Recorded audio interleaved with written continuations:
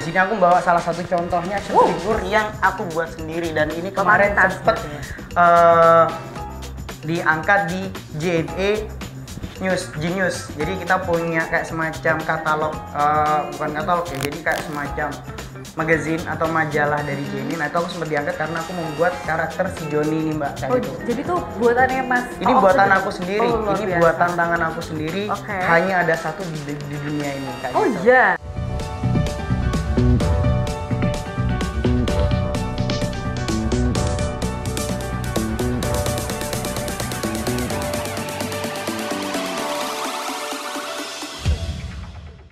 Halo, assalamualaikum warahmatullahi wabarakatuh. Halo teman-teman JNE. Oke, kembali lagi nih kita di JNE Untold Story. JNE punya cerita. Oke, sebelumnya aku mau kenalin diriku terlebih dahulu. Kenalin, aku Vinsky Astari di sini sebagai host yang bakal nemenin kalian ngobrol-ngobrol bareng dengan seseorang yang sangat luar biasa tentunya ya. Oke, nggak perlu lama-lama lagi, kita langsung pengen tahu siapa sih orang yang sangat luar biasa ini dengan pengalaman yang tentunya sangat luar biasa juga. Oke, halo. Halo Kak Vinsky. Oke, ini kayaknya aku mau misterius terlebih dahulu ya, namanya siapa sih? Mungkin bisa dikenalkan langsung. Siap. Jadi perkenalkan teman JNE, jadi aku Agung Fatur Rahman selaku Head Section Unit Head Sales Marketing JNE Jember. Dan kalau boleh dibilang Kak, aku punya nama badan yaitu Oong. Jadi kalau orang-orang itu biasanya kenal aku tuh Oong ketimbang Agung, kayak gitu. Oh gitu ya. Iya, jadi siap. nanti kita ngobrol-ngobrolnya langsung ke Mas Oong aja. Betul, manggilnya ya. Mas Oong aja kayak gitu. Oke. Nanti kita bakal cerita-cerita tentang apa ya, kayak cerita yang orang-orang sebenarnya nggak tahu gimana sih sosok sebenarnya Mas Oong ini. Siap, gitu. nggak apa-apa. Oke, sebelum membahas karirnya Mas Oong lebih lanjut nih ya. Siap. Aku mau nanya nih, sebenarnya Mas Oong nih suka nggak sih sama action figure begitu? Oke. Dan kalau boleh tahu dijelaskan bagaimana sukanya gitu. Oke, siap. Jadi memang dari Untold Story sendiri ini kan aku kemarin tuh diangkat karena memang ada punya hobi unik yaitu koleksi action figure mbak, kayak gitu. Nah, cuman ada yang membuat berbeda yaitu aku tuh tidak hanya suka, tapi aku juga sebagai kreator atau pembuat action figure. Nah, di sini aku bawa salah satu contohnya action figure yang aku buat sendiri, dan ini kemarin sempet diangkat di JNE Genius. Jadi kita punya kayak semacam katalog, bukan katalog ya, jadi kayak semacam magazine atau majalah dari JNE. Nah itu aku sempat diangkat karena aku membuat karakter si Joni nih mbak, kayak gitu. Jadi tuh buatannya Mas? Ini buatan aku sendiri, ini biasa. buatan tangan aku sendiri. Hanya ada satu di dunia ini, kayak gitu. Iya? Betul, iya karena aku sendiri yang buat kayak gitu ya kan. Tapi kalau boleh tahu ini nggak sih, ada kayak perpaduan ini tuh apa? Maksudnya kayak ada tokoh apa yang dipadukan sampai pada akhirnya sampai membuatkan hasil sebuah karakter kayak gitu ya. Sebenarnya memang gini mbak, kalau dari aku pribadi itu kalau ngelihat sebuah karakter yang ada di dunia ini itu kan pasti akan ada sebuah miniaturnya ya kan. Nah ada dua jenis action figure, yaitu pabrikan dengan custom. Nah kebanyakan customize itu pasti akan membuat salah satu action figure yang itu tidak dibuat oleh pabrik. Salah satunya ini ya Super Joni ini. Super Joni ini buatan dari Aryo Anin ya. Nah ini aku create jadi action figure kayak gitu. Ya, Gitu, Mbak. Tapi keren loh ini. Iya. Harus ada detailnya. Betul. Muka-mukanya juga berwajah, jadi nggak cuma kayak buder gitu ya. Iya, itu memang real dari real. Oke. kayak gitu. Oke. Mungkin selain kayak bikin kerja ataupun kayak apa sih, bikin action figure begini, ada nggak sih kesibukan lain yang sedang aku geluti gitu ya. Oke, selain aku di action figure kan aku tuh kerja di JNE ya mbak ya. Iya. Dari jam 5 sampai dari jam 8 pagi sampai jam 5 sore. Ya aku tuh ya hanya kerja di JNE sebagai sales and marketing. Nah setelah itu ya sisanya untuk action figure. Oh begitu ya. Jadi memang meskipun kalau orang lihat kan kayak cuma sekedar mainan begitu ya, tapi harus ada chemistry yang didapatkan. Saya pada akhirnya dianggap sebagai anak sendiri gitu ya. Betul. Oke teman JNE, sebelum lanjut ke obrolan selanjutnya, aku mau kasih info giveaway nih buat teman-teman semuanya, yang pastinya hadiahnya menarik banget. Dan tentunya teman-teman pokoknya pantengin terus channel YouTube JNE dan semoga kalian beruntung ya. Mungkin Mas Oong sendiri tuh kan ini apa namanya suka bikin-bikin kayak action figure begitu. Terus mungkin ada kesibukan-kesibukan lain. Mungkin dari minatnya Mas Oong ini kan kayak bikin kayak begini kan, mungkin itu seni ya.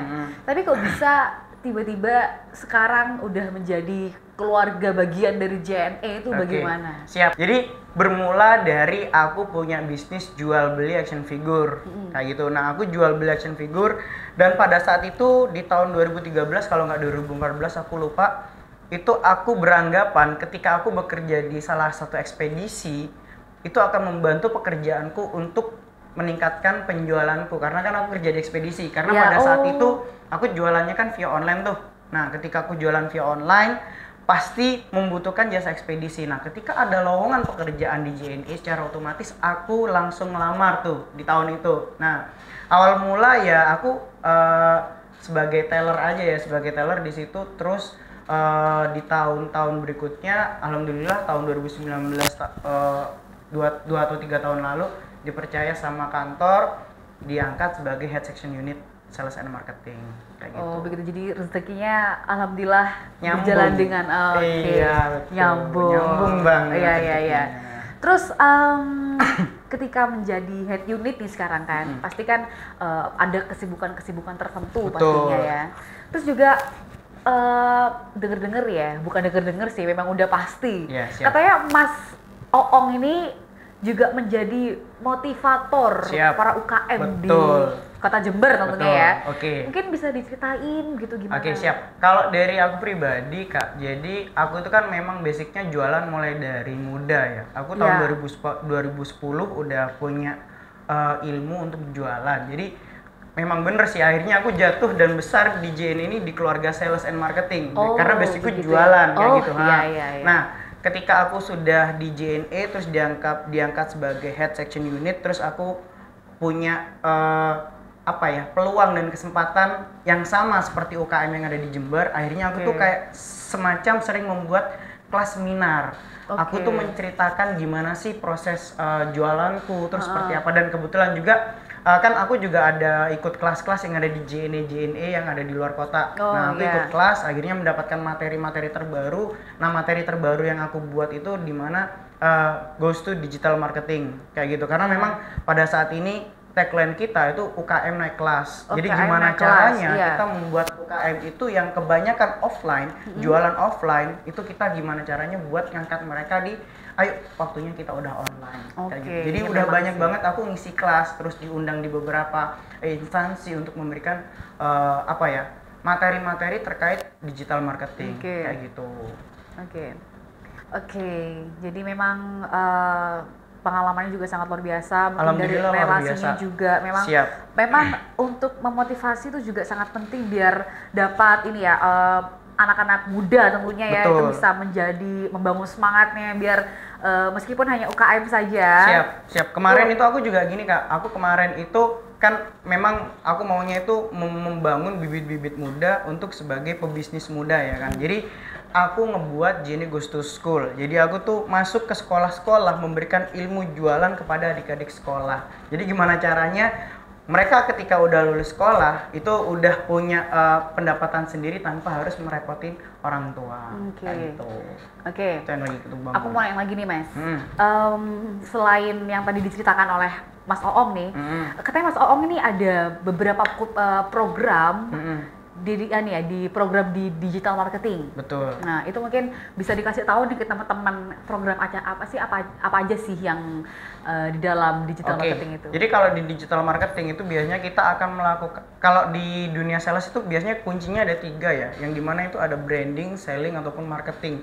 Kalau di dunia sales 3 benda ini tidak bisa dipisahkan, mereka satu set Mbak. Nah, jadi akhirnya aku memberi arahan mereka terkait di tiga poin ini gimana caranya kita harus paham terkait digital marketing seperti apa, karena masing-masing yang awalnya dia itu kalau aku biasanya bilang itu old style ya, cara lama yang old style itu pasti masing-masing ada cara untuk ke arah digital. Nah programku yang awal biasanya aku tuh mengenalkan mereka terkait ads.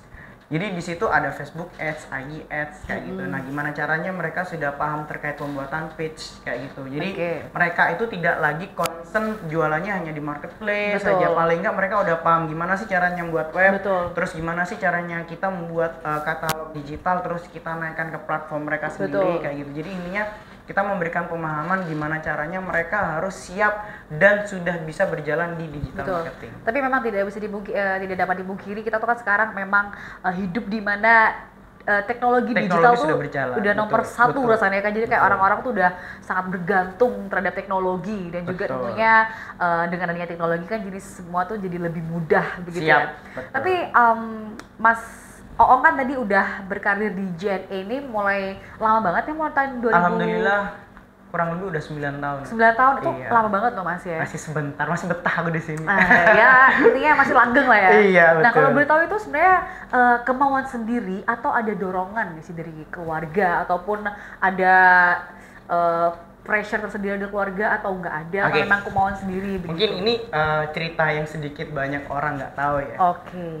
Jujur dari keluargaku, aku tumbuh dan besar di keluarga Chinese ya Mbak. Oh Chinese ya? Oke. Jadi kalau buat Chinese, kebanyakan mereka itu jarang yang mau kerja ikut orang. Iya sih memang. Mamaku itu punya perusahaan, ya bukan perusahaan ya, dia tuh punya usaha, sebuah koperasi, dan dia itu maunya aku tuh ngelola usaha dia. Nah, sehingga mereka itu maunya, ayo kamu itu kerja di tempat mama aja, nggak usah kerja ikut orang. Jadi boleh dikatakan aku sama mamaku atau sama keluargaku itu kalau kerja di, ya kita anggap sekarang kantorku sekarang JNE ya, itu bukannya dia itu ngelarang, bukan, tapi lebih baik kalau memang kamu itu concern di perusahaan atau usaha keluarga. Begitu, iya. Memang pasti namanya keluarga kan pasti tetap menginginkan yang terbaik untuk anaknya. Mungkin tidak yang menuntut tapi mungkin memberi arahan. Mungkin selebihnya itu Mas Oong bisa mencari jati dirinya seperti mana. Dan aku lebih cocok jujur ya. Jujur aku tuh lebih suka di sini di JNE. Makanya ketika mama bilang, "Ayo itu koperasi udah waktunya di-handle sama kamu" gitu. Aku bilang, "Ntar dulu lah, aku lagi seneng di JNE nih." Oke. Tapi kalau menurut Mas Oong sendiri, seberapa besar sih peran orang tua Mas Oong di dalam kehidupannya Mas Oong sampai sedemikian sekarang karirnya begitu? Dari mamaku sendiri itu luar biasa ya. Jadi aku tumbuh dan besar dari seorang mama aja, karena mamaku single parent. Jadi udah aku nggak punya papa mulai dari aku kecil.